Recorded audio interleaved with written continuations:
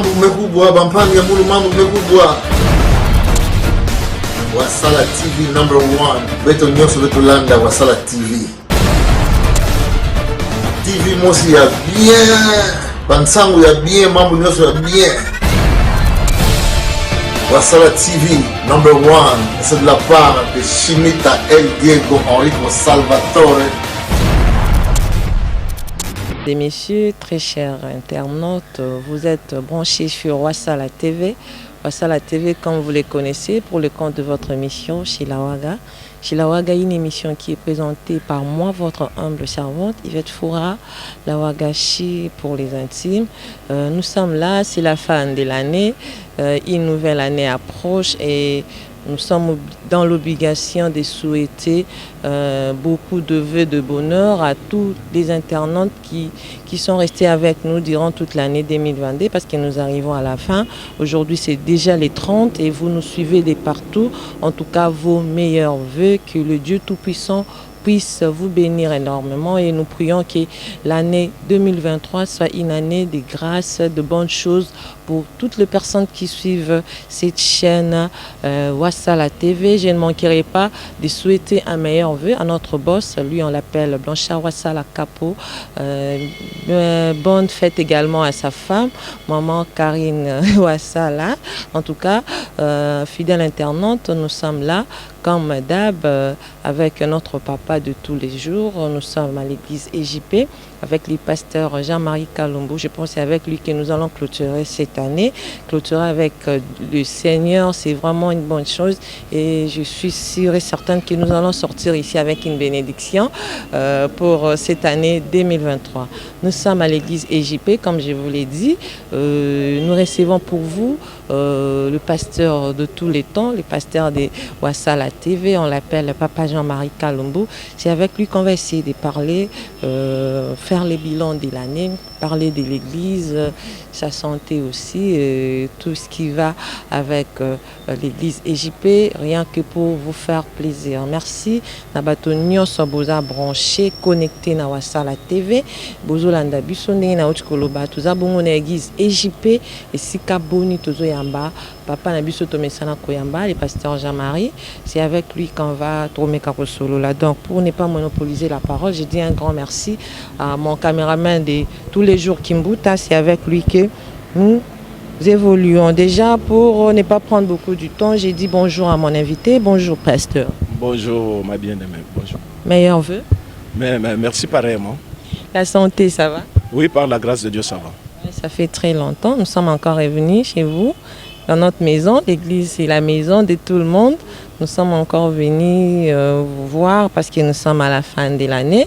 L'année 2022 s'achève et bientôt nous allons vers une nouvelle année. Je ne sais pas, comme un homme dédié, un serviteur, qu'est-ce que vous pouvez dire par rapport à l'année 2022 qui va bientôt finir?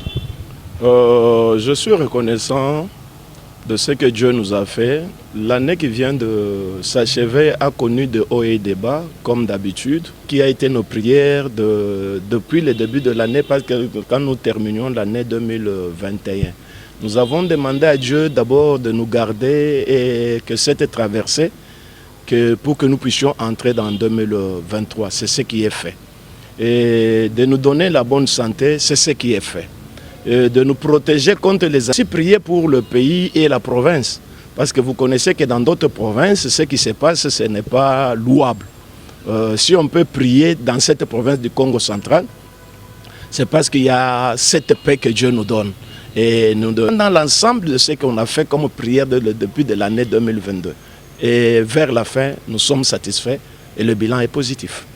Le bilan est positif. Déjà, comme vous parlez du bilan, nous allons y entrer pour essayer de parler ensemble avec vous, les hommes de Dieu. Il y a toujours des directives. Et le Seigneur vous dit des choses qui doivent se réaliser, même par rapport à vos enfants, les chrétiens qui sont dans l'église. Est-ce que par rapport à toutes ces directives que le Seigneur vous a dit, vous êtes satisfait? La réalisation a été faite? Est-ce que les enfants de Dieu et aussi, ils ont été satisfaits par rapport à tout ce que vous leur avez donné comme message, parce que nous parlons de votre bilan? Oui, merci.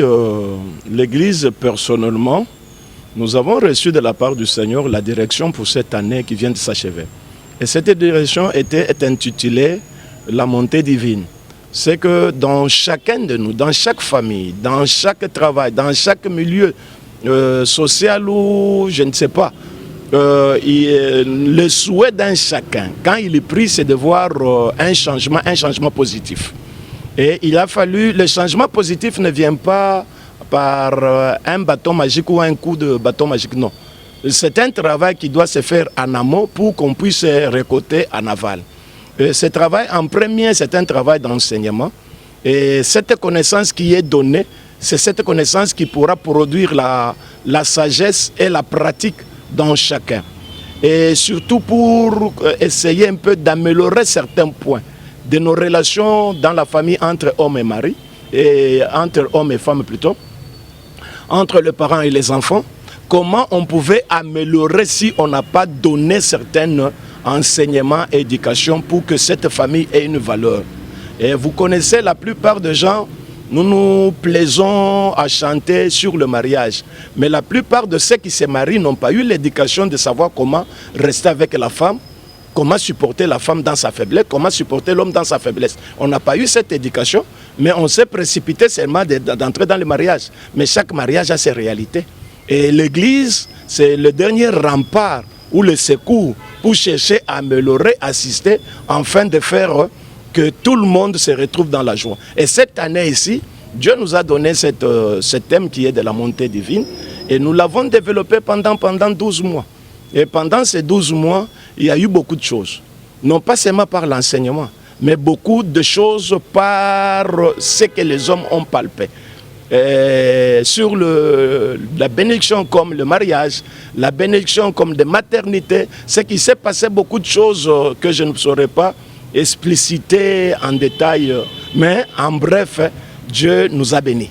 Donc si je comprends bien, votre thème, la montée divine, c'était juste du côté bénédiction ou la montée divine. La montée divine, c'est pour être seulement béni. Il n'y avait pas d'autre chose dans les profondeurs de votre thème. Ce que vous dites, c'est vrai. Mais ce n'était pas ça l'essentiel, c'est un point de la montée. Au juste, si je pourrais expliquer la montée en peu de temps. Toute personne vivant sur la terre a une pensée d'une montée. Et cette montée, toute personne étant sur la terre, le confie à un domaine spirituel, dans un monde spirituel. Et dans le monde spirituel, il y a deux mondes. Il y a le monde spirituel de Satan et le monde spirituel de Dieu. Et la plupart d'entre nous croient au monde spirituel du diable pour avoir ce qu'ils cherchent, parce que dans la capacité humaine, ils sont incapables d'en trouver. Mais ils ignorent que la capacité que le diable a, ça lui a été conféré par Dieu. C'est que c'est Dieu qui a la capacité au-dessus de toutes choses. Maintenant, c'est comme ça que nous n'avons pas voulu placer la montée spirituelle. Parce que dans la montée spirituelle, il y a deux spiritualités, de négatif et positif. C'est comme ça que nous sommes arrivés à dire la montée divine. Et quand nous parlons de la montée divine, nous voyons directement Dieu. Et quand nous voyons directement Dieu, il y a des exigences dans chaque montée. Comment quelqu'un peut tenir la relation avec Dieu? Mais cette relation n'est pas une relation qui va terminer sur la terre, mais c'est une relation que nous arrangeons sur la terre pour vivre avec Dieu. C'est que ça ne parlait pas seulement de bénédiction matérielle, mais ça demandait aussi de la vie après la mort. Oui, nous avons parlé de beaucoup de choses dans... Ça a englobé presque tout ce qui pourrait être appelé doctrine de Christ. Oui, oui. La relation entre les hommes, la relation entre ceci, la dépendance de ceci, la capacité d'arranger ou revenir. Ça, on a parlé de beaucoup de choses pendant ces 12 mois. Papa, durant l'année, vous avez plusieurs chrétiens de la diaspora qui vous suivaient, qui sont devenus vos enfants. Ils aiment ce que vous prêchez. Ils ont été bénis énormément. Mais nous avons eu des petits soucis. Ils nous ont dit, papa, le baraming est français, maté, les karakitoko. Bon, biso bato tokol na poto, nous parlons rien que l'anglais, les Congo.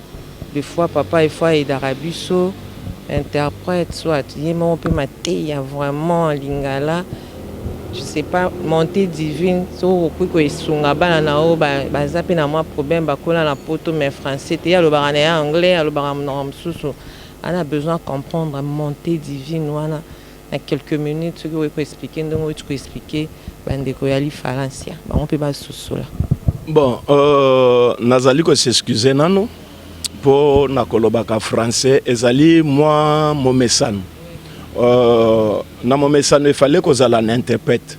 Mais salami na boyoki malamu ya mateya que tango muteya zali côté ya interprète bazali ko bundana na maloba avant muteya asili sa interprète asi azui avant interprète asili sa muteya asi azui maintenant bato bazali ko yoka ba voilà place wana maloba ezali ko kima bato oui wana balimbisa na montée divine ceux qui nakoki koloba yango na mwa lingala nazali koloba boye ezali mama likambo nkolo apesamelaki biso na mubu oyo euti kosini ezalaki na motuya pona kobongisa lingomba pe bana na nzambe non pas seulement na kati na lingomba même libanda ya lingomba po ete na likanisi ya mutu moko na moko tango azali koya na ekelesia azali na likanisi ya komona bomoi na ye ebongwama échanger ezwa langi ya sika ezali souci ya moko na moko mais likanisi wana ezali na bato nyonso bazali awa na se ya moi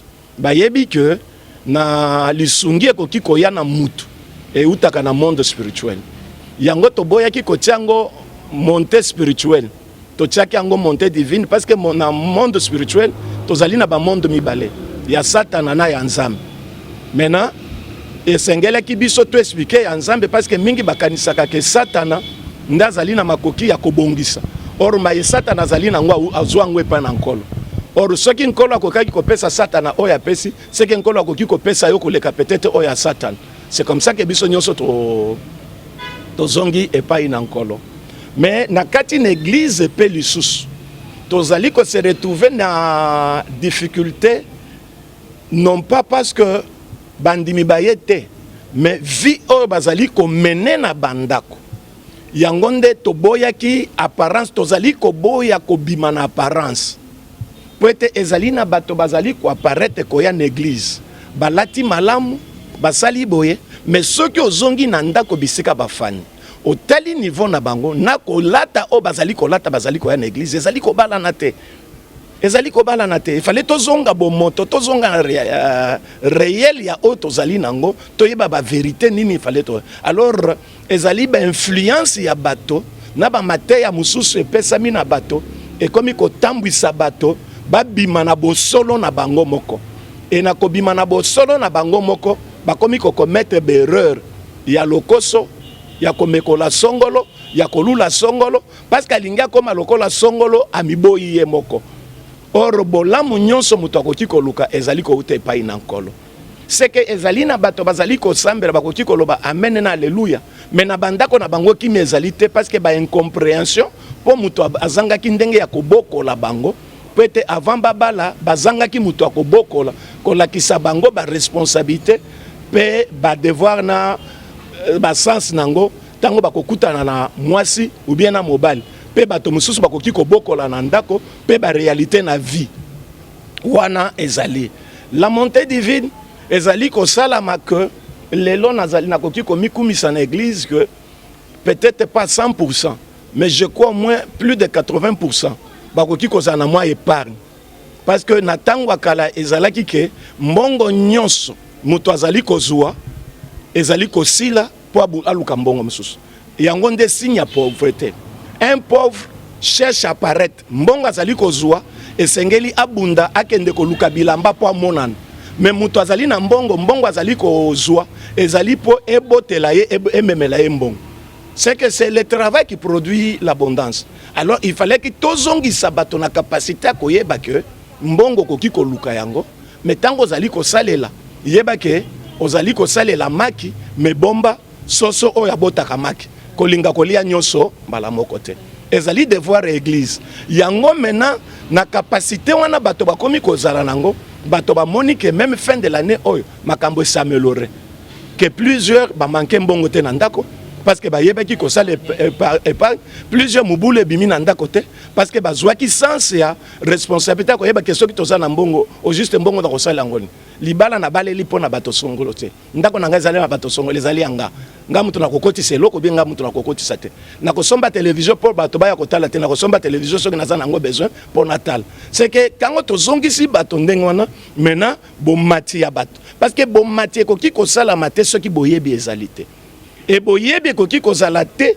soki boyoki ou bien compréhension ezate pe boyebi ekoki kozala te soki les gens n'ont pas appris et oyo bato ba apprendre pe ba comprendre et komona na pratique oyo komonisama bwanya na kati na bato c'est que l'église ezali ko réunir bato po ete na bisika bauti bamona bango non pas bayak église mais bamona bango na etamboli mususu na ezaleli mususu na apparence mususu par rapport à bayebelaki bango mais cette apparence ezala ya kotutisa bato mabaku te ya kofingisa nzambe te mais ezala apparence oyo ekosenga na bato mususu bazala ndakisa mpona bango baloba ngai pe nalingi nazala boye ou bien bana na ngai bazala lokola bana songolo ou bien mwasi na ngai alanda lokola songolo parce que amoni etamboli wana epesi ye malamu ezali etamboli oyo moto nyonso akoki kololo yango nde mama likambo ya monte divine na molai na monene nango.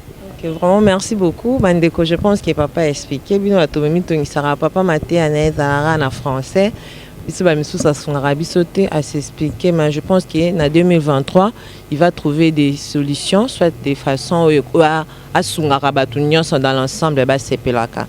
Nous ne manquerons pas également Yaropé ça veut le meilleur en abisso na ba autorité parce que tous en ambo kazo kamba mala bakondi déjà nous présentons nous veut le meilleur à notre gouverneur, lui on l'appelle le docteur Guy Bandou Guidi. Grâce à lui nous avons la cohésion dans cette province. Merci également au VG, le vice-gouverneur Grace Bilolo, en tout cas cabinet mobimba ya gouverneur en abisso ba conseiller nyosotopesi bangombote, les conseillers politiques, le conseiller de Delona, conseiller jeunesse, sport et loisirs, des chargés de mission, cellule, il y a presse et communication, communicateurs, nos collègues, nos en tout cas, tu es bien longo nanzambe à couper ses sous mon condinabiso makasi ya koyeba kosala susu ebele po te kimia to pe émergence et ya lisusu na kati ya province.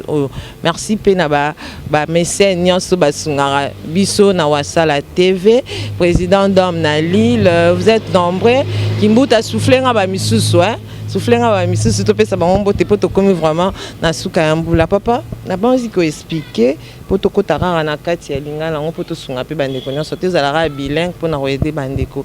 Vous avez parlé, vous avez vraiment bien expliqué.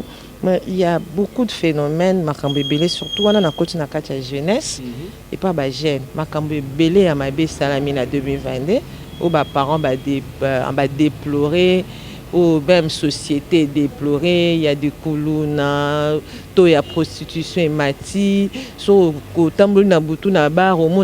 y a de jeunes inconscients qui font des choses, on s'est dit église est belle. Au lieu de l'okwane kitaka, mais apparemment tout le monde a surtout en 2022 c'était grave. Papa le quoi monsieur Nanzambe na église, je pense que pourcentage à l'école est jeune au bazar awa. Par rapport à un phénomène où il n'y a pas su vivre en 2022, makambu ya mabe ba jeune basali yo lokola mosali na nzambe ozo kamba pe ba jeune okoyi kolobani na problème wana. Merci ezali mutuna o ezali ko sala pasi pour na réalité tozali ko vivre komona ba makambo o ezali koleka mais à la réalité ezali na lolenge wana te. Réalité pe ezali mutuna. Comment ces jeunes sont arrivés à être ainsi? C'est ça, il fallait tomituna. Banana ba commander ngona ndenge nini. Tout ni bon pour balobi église et alors roi centre éducation. C'est la question que l'église aussi se pose pour savoir résoudre ces problèmes. Donc ils sont dans l'obligation d'échanger. Oui. Alors yango na lobi na montée divine ezali na ba parents par manque de gérance. Yambongo, il y a des parents qui ont fui des familles. Mobali, akimi ndako, ake kokuta na mwasi moko asala kambongo atiki ban. Et bana wana ba se retrouver au ba komi lelo. Oui. Ezali na ba parents mususu bakufa. Maman kokaki kotikala te ou bien papa koki kotikala bongo te ake kobala, mais oya ye aye ko taxer bana wana kindoki avec complicité ya soi-disant certains prophètes et bana wana babwaka bango na nzela et conséquence ya bana wana yango nde ko avant ezalaki boyete parce que bana wana bazalaki mikeme tango bazali kokola bazali na obligation ya koluka ndenge akolia ndenge akosala lokwa mosala eza te bakomi komilesa na ndenge na bango. Alors wana ezali réalité tokoki koboya kolobela yango te. Alors réalité wana ezali partagée, ezali parti ya gouvernement naza ya gouvernement te mpona kota, mais ezali na parti ya église. Na parti ya église en tant que responsable tozali kobunda na biloko oyo ezali koleka na bino bato ya média, bozali ko-influencer les faux bablekaka soi-disant des prophéties, des visions, bazali ko-détruire ba famille. Ezali koleka na ba télévision oyo bato bazali kozela, on dirait ce qu'à lobby il fallait ba pesa mbongo.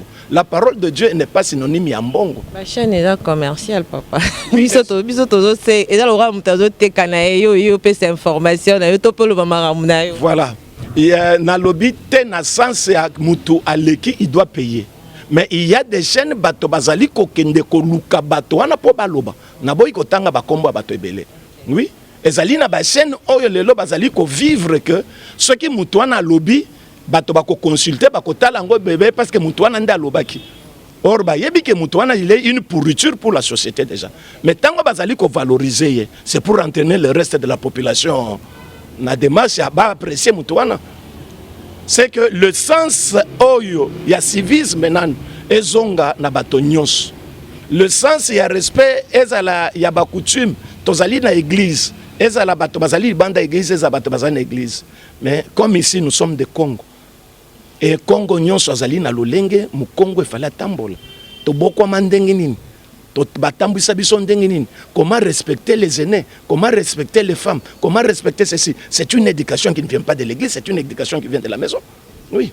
Et cette éducation doit être valorisée même dans des chaînes. Mais curieusement, c'est nos chaînes et ezali komema éducation au bazali kolokota na ba musiciens na banani pour montrer les gens nus. Et comment vous pouvez refuser bana batambola bolumbute quand vous montrez les danseuses et les autres danser nus à la vue de tout le monde? Vous ne pouvez pas condamner une chose et prendre encore cette chose dans le lenge msusu. Le bureau de l'église c'est ça ko sunga bali ko jouer. L'église est une goutte dans l'eau. Parce que la société, elle est très grande. Elle est constituée non pas d'une seule église, mais de plusieurs églises. Elle est constituée de plusieurs couches de personnes. Mais dans chaque couche de personnes, si on pouvait revenir à la responsabilité, comme nous à l'église, nous jouons cette responsabilité. La preuve en est que dans cette année, on a récupéré combien de jeunes, parce que vous êtes arrivés ici. Je peux citer des noms, mais ça sera difficile, mais il faudra qu'il peut-être ceux qui babimisi mutu abeteli lu solo bisika ba lokoti pas comme ah. C'est l'effort que l'église est en train de faire de ramasser de mais batonyo so bazali kondimate. Mais au moins ba oyo tokoki ko récupérer bango po to bimisa bango na délinquance, to bimisa bango na corruption ba mœurs wana et essayer de détruire bango, tozali ko récupérer bango. Pe to ko encadrer bango. Parce que mingi peut-être abandelango na bomwana, il n'a ni aucun métier, ni quoi que ce soit. Maintenant, tant que vous voyez, a commis déjà papa, commis maman, qu'est-ce qu'il va faire? L'église doit faire encore un effort de chercher même Kolukelaye. Si quelqu'un est dans l'église, azarana taxi ou bien nanen, bala qui s'est un moyen de vivre. Et ça c'est metozali ko ganga ngona ba médiaté. C'est un travail qui se fait à l'église pour parce que ceux qui bazokisi mutu na bakulun, mingi koki kozala mutu église. Ça retombe encore sur l'église. Voilà. Pasteur autre ko pengle point moro anengna yiba omo mkie likambo bimisia wake ba faux prophète bazo bima bazo le kana ba télévision ko pesa ba faux prophétie ko le ba n'importe quoi. Récemment on tournait au ça moi débat mon a confrère mon web singa lui il est musulman singa isa parce que bino bozana doctrine monté mon amtana doctrine vous allez aura besoin na cahier des charges monté. Je ne vais pas citer les noms des gens ici, au pasteur, au a commis pétage, au a salé album, ou azongisi boy ou comme côté la musicien pasteur aleki na télévision pour avoir confusion entre musicien mondain na o aswani sabango mais to benga ki prophète. On n'a pas besoin de citer les noms des gens ici. Confort on a besoin parce que bino ba chrétien besoin de roi bana cahier des chargements déjà le roi bana règlement d'ordre intérieur mon tinga on a bien mais règlement de la Bible abi mais mtazo Bible on a ndenge na roman au sel si tu es dans l'église pas pour réception de la doctrine ah on a JP ceux qui toquent carte pour ça dans tout monde est pour réception de doctrine il peut même être contre vous abattre pasteur on a terre boy pas dans boy zaraté yon so on a un créer des problèmes dans la société na ana qui materme sou na kuna ba bisinga te ah boy na zongi kuna finalement on s'embrouille on sait plus on comprend plus la vraie ezawapi église solo ezawapi. Si je peux revenir na de la question lobby solo la ki nande komoko boye cahier de charges règlement d'ordre il y a ba pasteur en chrétien général ndako oyo ezali na papa ezali papa zali ko gérer ban mais ce qui ndako ezali na papa te bana nana ko gérer bango. Je reprends la manière de parler. Quand un pasteur manque un mentor bisika ya botami azana papa te c'est un pasteur qui a ni père ni mère bon au conseiller ndeni parce que oza papa na été yango nde tozongi na mutuna toutaki ya bakuluna okopesa kuluna tolindenge nini parce que ozali papa na été maman na été. Voilà, c'est que les kuluna ne sont pas seulement dans ce que vous connaissez dans la vie sociale mais il y a des kuluna aussi même hein, dans ce que nous appelons l'église. Voilà. Alors la prophétie n'est pas, il fallait bien définir la prophétie. Ezali cour mobimba mingi bayebi prophétie ezali koloba makambo omoni dengo fan na moni liobo na moni londe prophécité. Voir Babylone quoi se basculer dans le monde spirituel. Même ndoki basculer dans le monde spirituel. Akoki kola kisayo ke na uti komona sur le plan spirituel makambo bobo. Mais ça ne veut pas dire qu'il est prophète. Oui. Parce que nous, on comprend mal la prophétie parce que dès le départ, les enseignements dans l'église, ezakamabe na bato mingi. Bayebi prophétie te, bayebi ministère à prophétie te na don à prophétie te. Mais toko kote la wana na makambo wana te. La réalité le lot tozali nango. Ezali te que tozala na cahier de charges. Parce que moi nanangai il fallait pas ngana landela ye bisika nyonso azali ko kende na classe te. Boya koyoki sanga soni pe ko fingi sangando te parce que ngana koki ko landela pasteur songolo pasteur parce que nga mutu na tie wana te parce que ceux qui nzambe nda tie wana akonorer nane nzambe obienga non mais qui l'a appelé, qui l'a placé prophète? Vous savez moi na nyos okoti nakoti koyoke la mwana nanga bayebisinga ke yoka mwana na yo uti ko finga bato boye na mwana na et pas nanga zaka na momesano wana te mwana nanga finga kate c'est que c'est quelque chose d'étrange à sali yango libanda menanda kwa sala kate. Mais si vous trouvez un enfant faire des histoires comme ça nanda kona bango c'est qu'il n'a pas de père. Si Dieu était son père il ne pouvait pas faire ce qu'il est en train de faire. Non au monde ndenge to fandi oh mais c'est la divination a existé avant. Ne crois pas que quand on parle de quelqu'un, c'est la prophétie, non. Oui, c'est la divination, les gens voient dans le monde spirituel. Il y a des gens qui voient dans le monde spirituel, tu peux parler, dans le monde spirituel, il y aura ça, il y aura ça, il y aura ça. Ce n'est pas une prophétie. Ce n'est pas une prophétie. Où est la part de Dieu dans ça? Parce qu'une prophétie, ça doit amener les gens à Seigneur. Et bon, là, et biki sabato. Non. Non. Bon, dis-moi un peu, Dieu peut te révéler en fonction de quoi? Parce que Ozali Moussali Nanzam, tout homme de Dieu a un point commun, c'est de sauver. Voyez.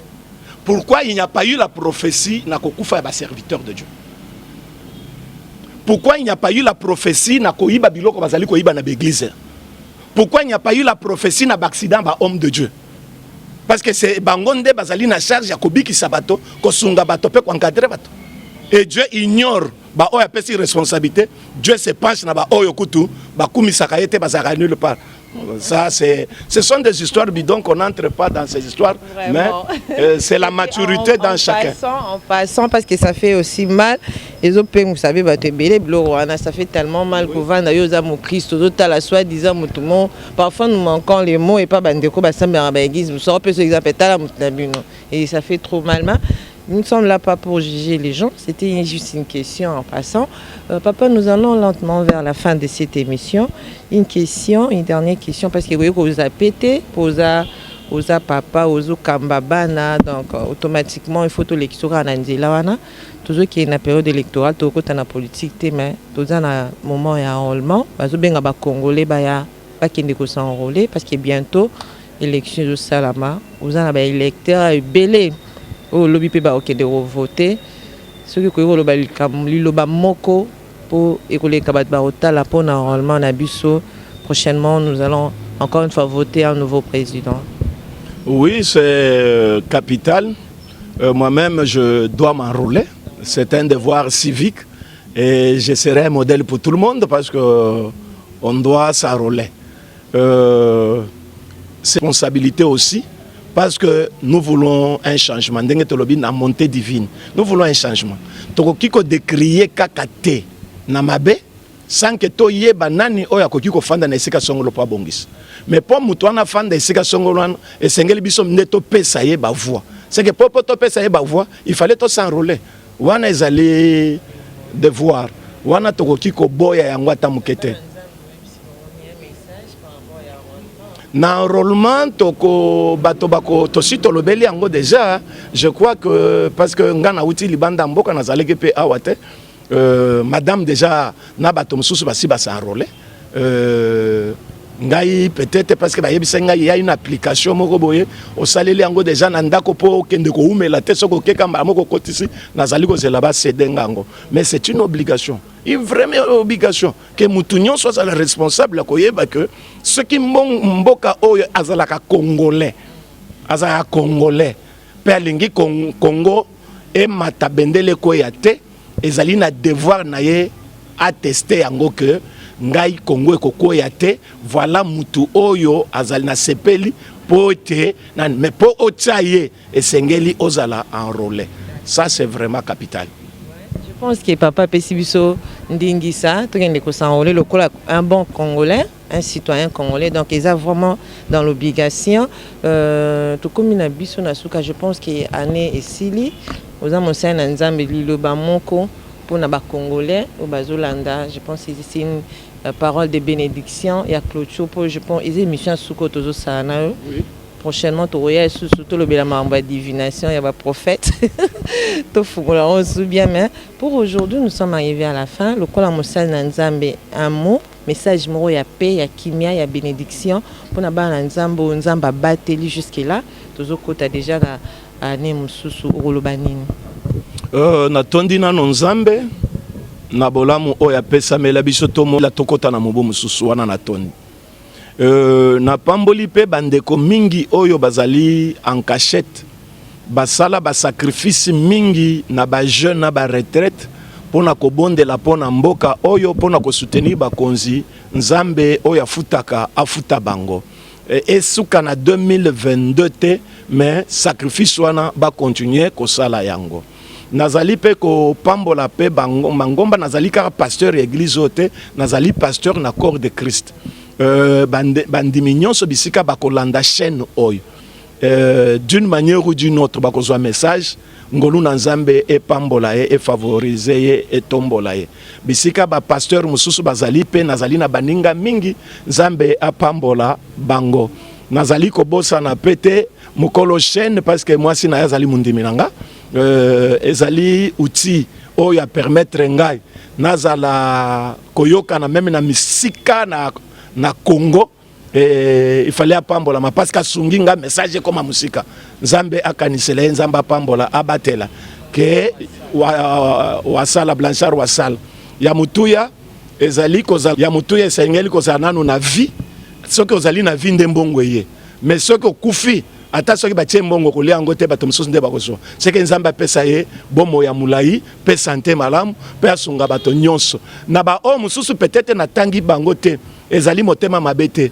mais nakoki kobosa na bato ezali nkote nzambe apambola bato nyonso na kimia na nkolo na silisi bongo. Amen. Merci beaucoup. Puis au Pénin qui m'a profité, aussi bénédiction à la fin de l'année. Merci Naba Internet pour y brancher. Je pense qu'il y a encore une émission pour ça, la poteau clôturée. Il y a une journée Seigneur sur Yawasala, poteau fêté ensemble. Je crois que à na boss na biso, mais pour la église EJP, ils ont une émission à Souka 2022, donc tout le monde est en 2023 pour notre thème sous Sika, pour respecter na pasteur Jean-Marie. Merci Naba Internet, merci Naba fidèle Yawasala TV, président d'homme na Lilia Roger Niwa, qui encore Kimbuta. Il y a Roger Niwa qui a en tout cas, ma famille na Canada, famille Wassala, Malapesi Bino, Christian, il y a Tony, Fande, Bino ba camarade Nangai na Londres, Kuna, je vois Mouska, Kalimasi, merci à Soleil Lumbe, en tout cas Nathalie Lumbe na Belgique, merci na Batutu Balinganga, Junior CC na France, na Italie, na Pesi Bodrombote, merci na Batutu Baza branché na Chine, na Turquie, Batu Bokomelanga na Dubaï, na Afrique, Mobimba, ba Ivoirien, Moro Bakomelanga, ba comprendre la linga la TV. Merci à vous. Merci encore une fois notre boss, Blanchard Wassalo, a fait sa opportunité. Total Amaraliban Namboka, merci Nakimbuta. Bonne année à toi également. Notre caméraman, les chasseurs des images de notre chaîne. Merci Naba Confrère Nyon, j'ai dit merci à Roméo. Merci à Nigat Moke. Merci à Andronabiso Kikongo. J.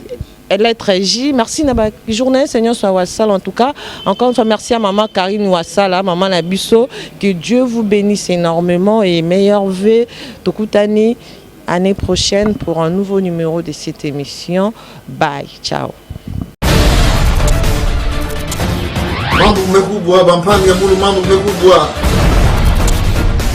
Wassala TV number 1. Beto Nyoso Beto Landa Wassala TV. TV mosi ya bien, Bansangu ya bien, mambo nyoso ya bien.